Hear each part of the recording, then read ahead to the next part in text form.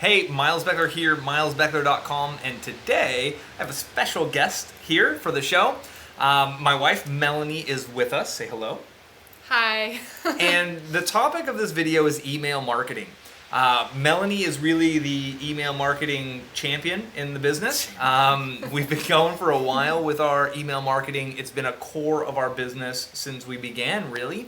And fun fact for you, in the last 30 days, Melanie has reached about 5.5, 6 million inboxes with follow-up emails and broadcast emails. And it really is the core of our business. So first and foremost, why don't you explain what your thoughts are, Melanie, on the importance of email marketing and just your thoughts on it?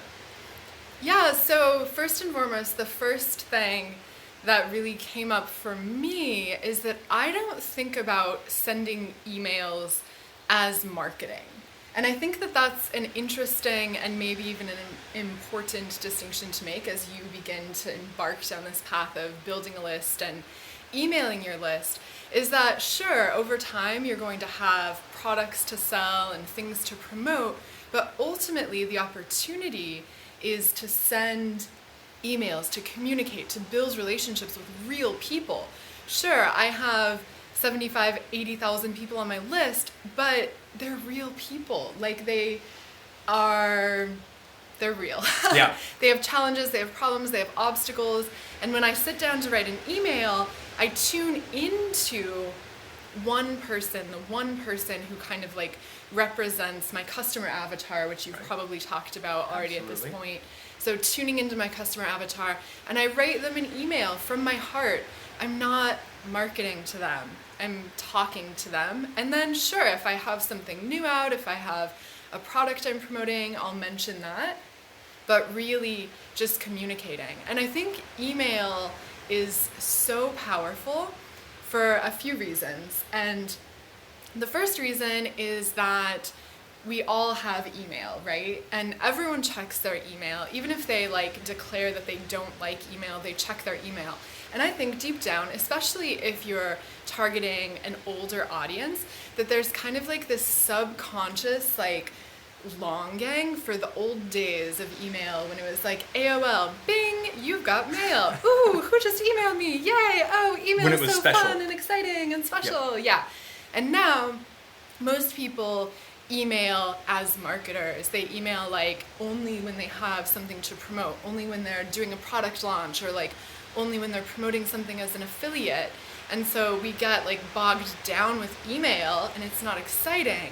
But if you treat your audience like they're your friends and you email them real stories from your life, real experiences, your struggles, your victories, they're going to begin to look forward to getting those emails so that then when they go check their email, they are excited to hear from you and they actually open your emails.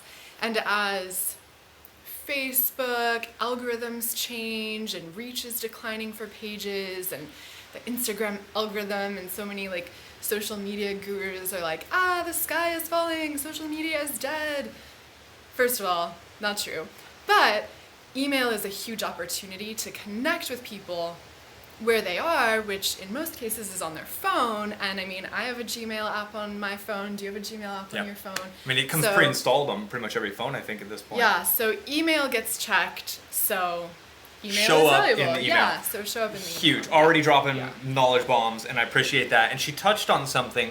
So 2 videos ago, maybe, I actually put out a free meditation, and you got to opt in to get the meditation. So I've embarked down the path of building a list myself. And really, Melanie and I were talking about it, and I was like, man, why don't I just have this conversation and get what she knows and thinks about email marketing kind of for me and for my list to help me grow this, but also record it and let you play fly on the wall and kind of hear what we're talking about. So already have dropped some absolute value bombs, and I think the biggest thing I'm taking away at this point is remember that every single subscriber is a real person. They have wants, needs, and desires, and the goal is really to build a relationship with them, and that's how we stand out in the inbox, right? If the only time we're emailing our list is when there's something new to buy, everybody kind of realizes that when they see your name in your subject line, it's going to be a promotion. And then obviously that's kind of like missing, Gary Vaynerchuk has the jab, jab, jab, right hook theory. And if you're just throwing right hook after right hook after right hook, you're never going to get there. So we have to give value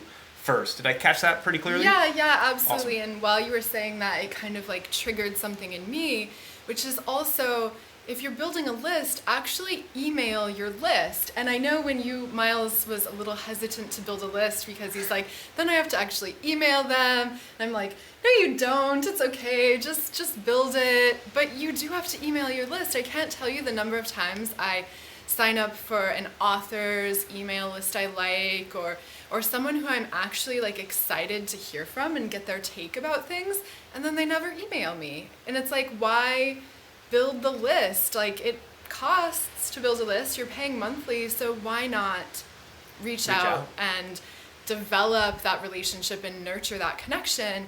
And then the huge side benefit is that when you have that relationship, then when you do create something, then you'll have an active, engaged group of people to share that with. That's huge.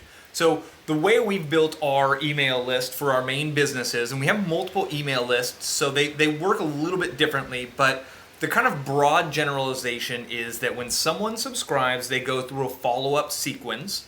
When they finish our follow-up sequence, we move them over and broadcast them kind of on a very regular basis. Now, this video is going to be about the follow-up sequence, and if I can convince Melanie to come back for another video, comments help that, by the way, we'll cover the kind of the broadcast email side. But for this one, because this is where I'm at right now, is building that first follow-up sequence.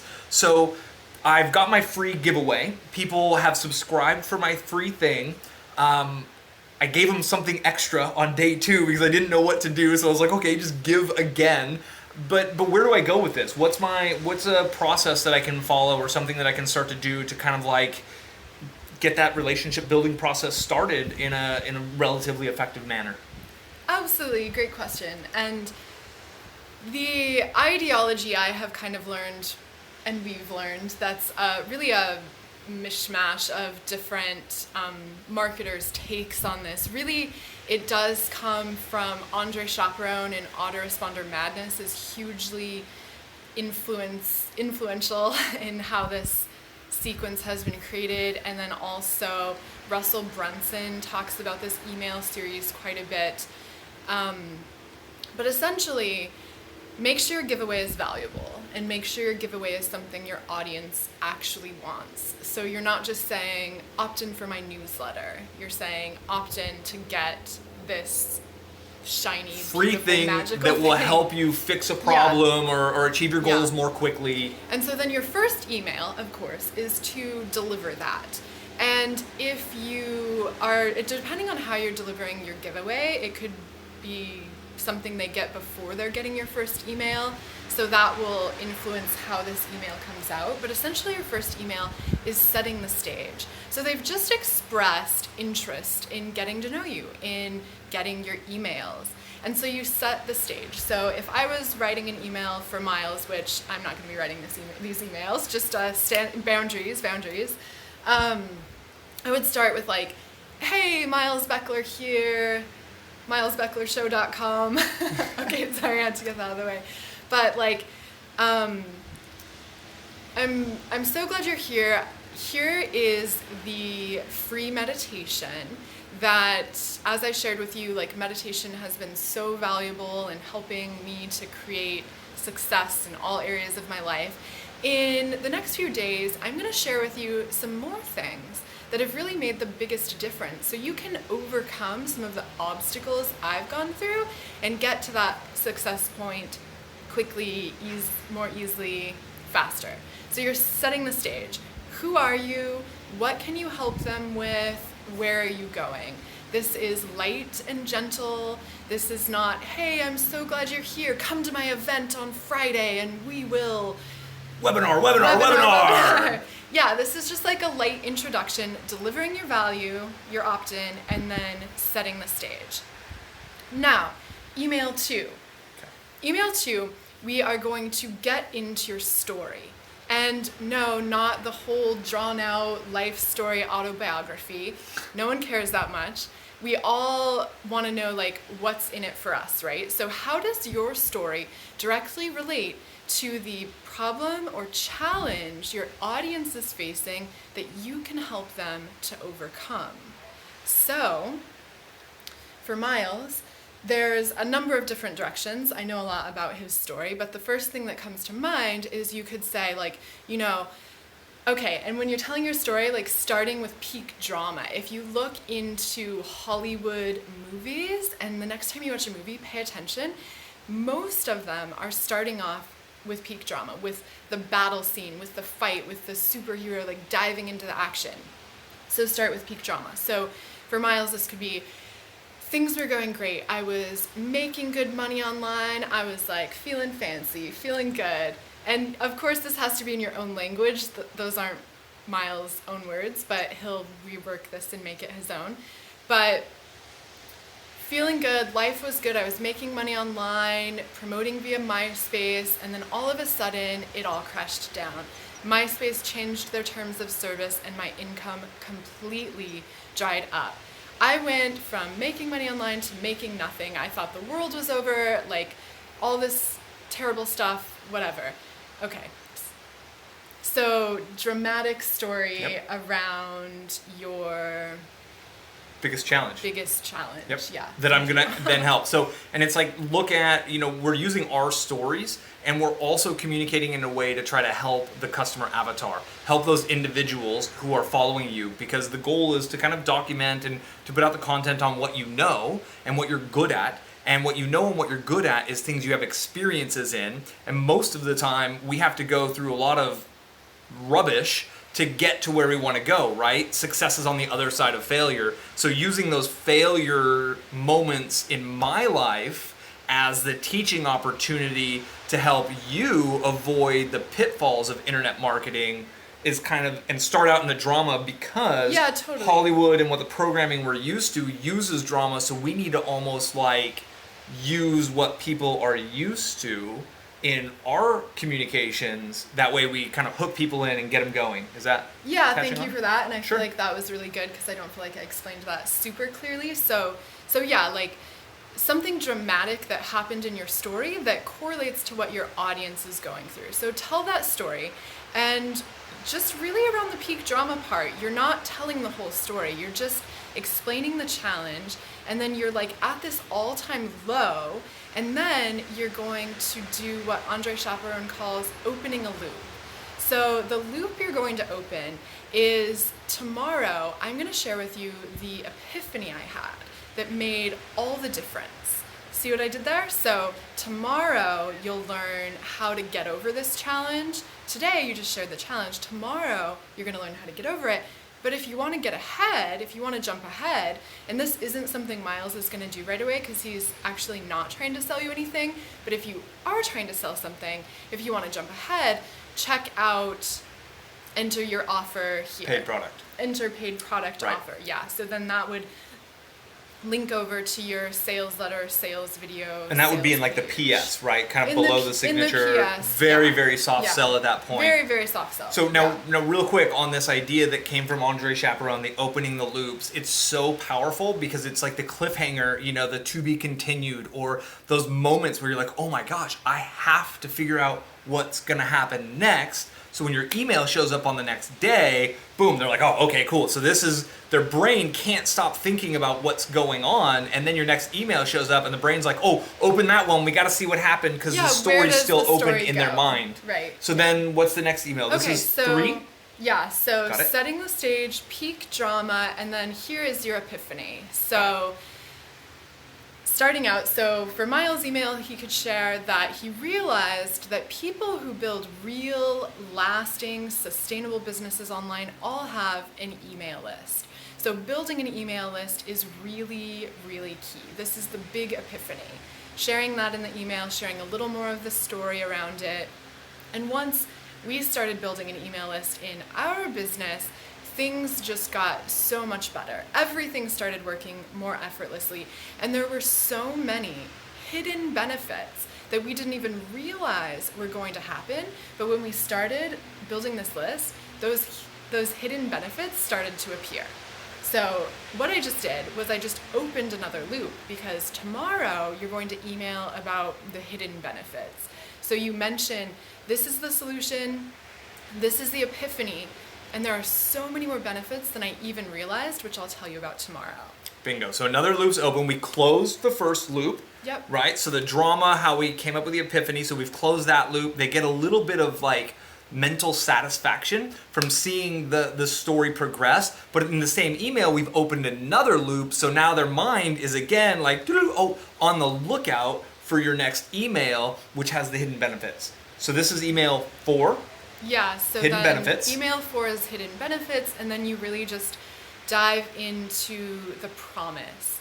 And it's important to keep in mind like the promise around what your audience really likes or really wants. So I would think, like in this case, you could talk about how the hidden benefits where all of a sudden we're able to do our work from anywhere in the world and stay in touch and contact people to let them know about our new products via email. And we're able to work less and earn more. Just things are more effortless. There's less stress, and so we're happier in our relationship. There's less stress, so we're healthier and fitter and having more fun, and you can go on and on as much as you want, just really laying out the hidden benefits. I don't think there is a significant loop in this one. Opening in this one. Yep. If you can think of something to open the loop, that's a good thing. And real quick, if I may, on this loop opening, so she mentioned Autoresponder Madness course by Andre Chaperone, and he is absolutely like the guy when it comes to this loop opening and loop closing type of thing. And that's a skill in and of itself. Yeah. And what we're doing here is not meant to be a hard set, this is exactly how you do it, follow the model. Like, we're trying to give you a model that you can use and you can adapt to fit your needs, to fit your audience, etc. This is supposed to be kind of like a moldable piece of clay for you. And really, the opening and closing loops is so powerful that it's something that takes practice, and it's, I would recommend subscribing to Andre Chaperone's course. Subscribing to his list to get his emails, just to watch what he does. I'll put a link to his Autoresponder Madness course below in the description. And so at this point, we've covered the 4th email, and we're on to the 5th email. Yeah, and then so the 5th email would be your actual urgency call to action. So this is the right hook. Sorry for interrupting, but this is the right hook in the Gary Vaynerchuk jab, jab, jab, right? We delivered on what we said. Peak drama story, here's how we figured out the answer, here's all the extra benefits. At this point, we go in for a sales opportunity. And I really want to clarify, because I've used this jab, jab, jab, right hook kind of analogy that Gary Vee talks about. That does not mean we get to go get money from people with a right hook. That means we get to present a sales message, and there is a chance, depending on how well it's positioned, how good our market to message opportunity is, how that match is, there's a chance we could make a sale. We don't deserve any sales at this point. We're just presenting our offer in the 5th email as a very clear call to action. That email has one goal, which is to get them to click and read your sales letter. Right. And when you're jabbing, if you have a lot of content on your site, if you have blog posts that correlate with those things we mentioned, with the hidden benefits or with the epiphany, you can definitely link to free content, really just focusing on being of service, being valuable, helping the people who you're communicating with via email. The more you can do that, the more you can really help them get to know you and give them value, the more likely they are to then take you up on your offer to buy something from you when you actually present them with the opportunity. Or recommend a product that they can purchase as an affiliate. Yeah. Yep. I think you nailed it. It's the know, like, and trust factor. And way too many people who are trying to figure out, I'm not getting this right. They're going for the right hook before they've thrown enough jabs. They're going for the sale too soon. And I know I talk about doing one-time offers, and we scaled to the point of doing one-time offers. We didn't do that for the first 4 or 5 years in our business because we were just giving value, testing sales messages, once we had a lot of products, we started to reorganize and try new things. But sometimes you do need to give and give and give and give of yourself to get that know, like, and trust ratio in your favor before presenting something to purchase. And when you do that, the likelihood of them purchasing goes up insurmountably. It's a massive increase in the likelihood that they're going to purchase because they like you. We buy from people we like. We buy from people we trust. And if you don't have that built up, it's just not going to work. Yeah, and along those lines, it's super important to be authentically you. Like, don't just go opt in to Russell Brunson's email list or my email list and like copy emails, because that's not going to work for you, because people can smell inauthenticity from like miles away. And so it's so important to like be authentic. And this is why in one of Miles' past videos, he was talking about how really your business should be in alignment with who you really are, should be in alignment with what you really care about. This is why just like promoting crap from China that you don't care about, that you have no interest in, and that you really don't believe in isn't going to work for you long term, because you're not going to be able to confidently stand behind that, tie it to your story, and share it in an authentic way.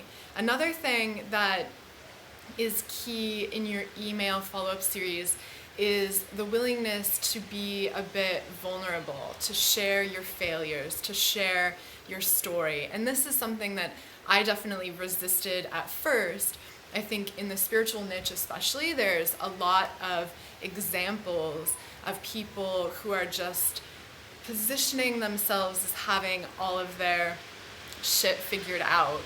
And so I was like, okay, I need to follow that model and kind of hide the fact that it wasn't always easy for me, that I've struggled in areas of my life. But when I finally got over that and shared with my audience that I have been depressed in the past, I have had like these big challenges, they could relate to that so much, and it didn't drive them away like I like secretly feared that it would. It actually made them like and respect me more, because they were like, oh wow, like she's not perfect. She's had struggles too, and if she's been able to overcome those struggles, then maybe she can help me with where I am in my life. That's so huge. Be vulnerable, be authentic. What was the guy, Matt Fury? Who is he? Okay, anyway, so let me say what I wanted to say, and then you can say who he is. So this guy, who's a good email marketer guy, I think, Old school, was talking about how he like gets himself charged up to write, and he'll do like 10 squats and 10 push-ups to get his blood pumping, to get his heart open, and then he sits down to write an email. And this is something I've actually returned to if I'm like, I want to email, but I don't know what to write about. Like doing some squats, sometimes I just like jump around the living room, get the energy flowing, open your heart, and then write from your authentic voice, your truth. Like you're really connecting with someone, like you're writing a friend. And I guess that's one more thing to mention. All my emails look like plain text. Hey, Melanie here, blah, blah, blah, blah, blah. It's not, hey, this is my weekly newsletter or anything like that. It's not like an HTML formatted email. Yeah. It's literally, we've taken the approach for years, and it's worked wonders, that every email needs to look as similar to an email we would send each other, right? Or if like you just sent a message like, hey Miles, what was that thing you talked about at dinner the other night? And I'd reply, oh cool, it looks like it's this over here, blah, blah, blah. That way that email looks, that you email with your mom, you email with your friends, you email with people you interact with, is just text. So do that for your business. The one thing we've done is we've bumped the font size a little bit, makes it much more readable on a phone, and sometimes we have like a little bit older demographic. So we have just bumped the font size a tiny bit, but that's really, really important. Matt Fury is an old school email marketing guy. He doesn't put much content out anymore at this point. She mentioned Russell Brunson. His .com Secrets book is where this small kind of like subset of the Andre Chaperone idea came from, which is the 5 email sequence that we covered. So that's directly out of the .com Secrets book. The link is below. You can get it for free if you pay shipping. And then Andre Chaperone's Autoresponder Madness is literally, so Russell Brunson copied those ideas from Andre and put them in his book. If you want the real deal, be all, end all course on it, that's Andre Chaperone's Autoresponder Madness. There was one more thing, wasn't there? Or was that the only two?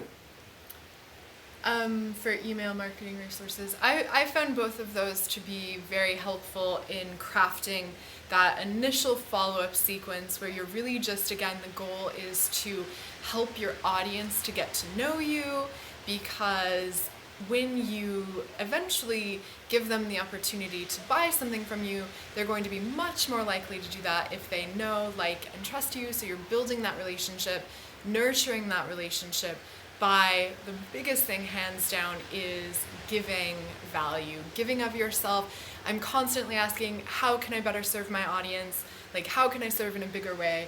And I think that that is powerful, because when you ask yourself that question, how can I really help these people? You get answers from your creativity, from your intuition, whatever you want to call it. When you ask, answers appear. Listen to that guidance, write authentically, and this is really powerful stuff, and I hope you use it to make positive change in our world, because there's the potential for that. There is. They're helping people. That's what we do. And the more you focus on helping people, the more you focus on being real and honest and genuine, things just seem to work, right? You don't have to try to position yourself as the expert who's got it all figured out. Like, no one's actually there. And when you become authentic, when you become believable, when you become a real person, because we all got challenges, we all have problems, we all have ups and downs, and like, when you don't present that, people think you're holding out and people are skeptical of you. When you do present your honest truth and your path and you follow it and you really are authentic with it, that's really when the connection's made. And the email, the goal of the email is to establish a connection, to make a friend. And luckily we have these tools that allow us to apply leverage, right? So you go in, you write an email and you send it out, and boom, it goes out to tens of thousands of people. And we're doing the same thing we were doing when our list was 500 people and 1,000 and 10,000, and we're getting scaled results, but we're doing the same thing. We're obviously getting better at it, and we're learning, and we study the art, we're mastering the art, but all in all, I think the biggest thing is give of yourself, be honest, be genuine, be vulnerable. How can I be of service? It comes back to that again, and that's been kind of the theme of the last few videos. Any last thoughts? Yeah, just start writing. Just start writing your email list. Like, when you're first starting out, it is challenging. I totally struggled with writing emails, and as I've continued to email, it's gotten easier. Not too long ago, I looked back at my email follow-up sequence and was like, oh my gosh, I can't believe this is still in place, this is so bad. But guess what? It worked. Even what I thought was bad worked. We also have a lot of people who will write their email sequence and then email us like, hey, will you read my sequence? Let me know what you think, if you like it, if you think it will work. We have no idea. We don't know your audience. Like, just put it out there, get feedback from the people you're emailing. Are they replying? Are they responding? Are they opening your emails? Are they opening it? Are they clicking on your links? Oh, that's a really big thing too. So we didn't talk at all about headlines, and that's we'll have probably to get there in a whole separate section. Its own video. Yep. Like, it's the most important part of the email. The subject line, Yeah. the headline, it's the most important part, because if you don't compel them to click and open, it's all for naught. And like, you don't want to be spammy and fake, but like, look at BuzzFeed, look at these like top 7 signs for blah blah blah. What was the other one? Allegiance 29, or what was the other website? Refinery 29 is like a fashion brand that has really good headlines. compelling headlines. We'll do a video on headlines. You come back? Did you enjoy this? Yeah, we'll Awesome. see. We'll let the audience decide. All right, let us know. So if you enjoyed this, give us a thumbs up here. Leave us a comment. If you'd like Melanie to come back, please leave a comment. I'd love to have her back on the show. She's an absolute genius with this marketing stuff. She's way prettier than I am, so really added to the video, I believe. Thank you, Melanie. I know you're incredibly busy. I really appreciate your time. Thank you for watching. Click subscribe if you haven't already. If you have, we totally appreciate it. Thumbs up, give us comments, and maybe we, will see you on the next video.